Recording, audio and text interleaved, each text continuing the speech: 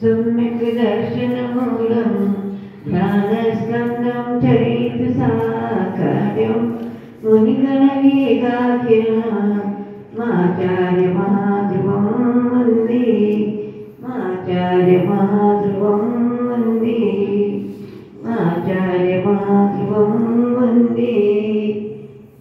देवादिदेव 1008 विष्णुशंकर साथी चिंतामणि पार्श्वनाथ भगवान की देवलो मांगी तुम्हें सिद्ध क्षेत्र की देवलो चारित्र चक्रवर्ती आचार्य श्री शांति सागर जी महाराज की जय।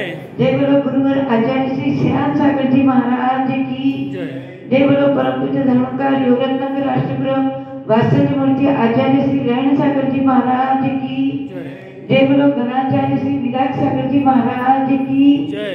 देवलो गर्धन मुनि श्री विवर्धन सागर जी महाराज की जय। देवलो प्रवर्तक मुनि श्री विश्वनायक महाराज की जय। देवलो आचार्य संघ की जय। किसी कवि ने कहा है बड़ी दुर्लभता से होता है और ऐसे ही हमारा मानितुमी क्षेत्र है, सिद्ध क्षेत्र है कि यहाँ पर साधुओं का समागम प्राप्त होता ही रहता है। पुण्य है और भाग्य है कि हम मानितुमी सिद्ध क्षेत्र पर रहकर साधुओं की सेवा और उनकी भैयावृत्ति का लाभ मिलता है। और यहाँ पर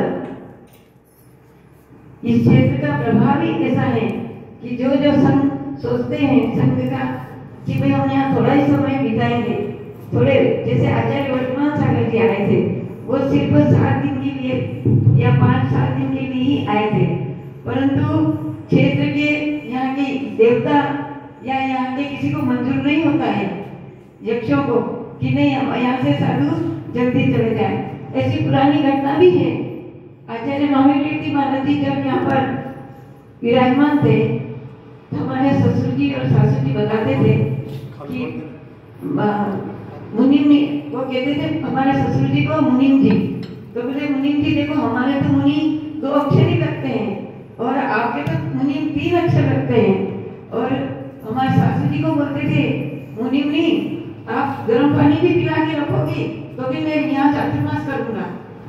परंतु किसी कारणवश जब 5-7 माह बीत गए और यहाँ के क्षेत्रपाल की आज्ञा भी नहीं थी कि महाराज जी यहाँ से विहार करें, उनके जो संपत्ति थे धनंजय कुमार जी कोई, तो वो कहते थे महाराज जी हम यहाँ से विहार कब करना है, तभी महाराज जी कहते थे भाई यहाँ के क्षेत्रपाल आज्ञा ही नहीं दे रहे हैं। इस प्रकार बोले हमें यहाँ गर्म पानी भी पी करके रहूंगा, परंतु किसी कारणवश आचार्य श्री को किसी ने श्रीफल नहीं चढ़ाया तो आचार्य श्री फिर अब क्या करें। अब मुनिम जी तो मुनिम जी की हैसियत से कुछ आगे तो नहीं कर सकते हैं, जो कमेटी और जो करे वही चलता है, तो इसलिए किसी ने श्रीफल चढ़ाया नहीं तो आचार्य श्री ने बिहार का सोचा।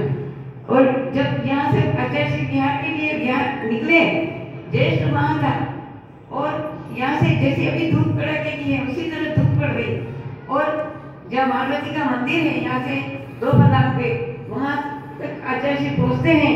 जोरों की बारिश आंधी तूफान इसी तरह महाराज जी को वापिस यहाँ पर लाना पड़ा और फिर आचार्य जी का चातुर्मास यहाँ पे ही हुआ महावीर जी का। इस प्रकार आचार्य महावीर जी महाराज जी 11 माह तक यहाँ मानितुंगी में विराजमान रहे। मैं तो नहीं थी परंतु मुझे सासू जी और ससुरा जी बताते थे। तो इस प्रकार यहाँ क्षेत्र में किसी को भी जाने का जल्दी होता नहीं है। अपने वसुनंदी महाराज जी आए थे, वर्धमान सागर जी आए, 2-3 दिन के लिए आए और फिर किसी 17 दिन 15 दिन 20 दिन इस तरह उनका भी मुकाम रहा और आपका भी पधारना हुआ। आपके संग से भी मुझे आपके संग की मुझे सेवा और व्यावृत्ति करने का सौभाग्य प्राप्त हुआ। गुरुदेव के दर्शन नहीं हो पाए मेरे, क्योंकि जिस एरिया में आचार्य रेण सागर जी जाते थे उस एरिया से महाराज जी दूसरे प्रांत में चले जाते थे। तो कई बार मैं आचार्य जी से बोली भी थी कि मेरे को आचार्य विराट सागर महाराज जी के दर्शन करना है, तो महाराज जी कहते थे हाँ चले जाना। परंतु किसी कारण संघ की जब जिम्मेदारी आ जाती थी तो मैं आचार्य जी के दर्शन नहीं हुए। परंतु आज सबके दर्शन करके मैं ये महसूस करती हूँ कि आचार्य श्री साक्षात हैं और आप लोगों को कितने अच्छे संस्कारों में ढाला है कि मैं अपने शब्दों से वर्णन नहीं कर सकती हूँ।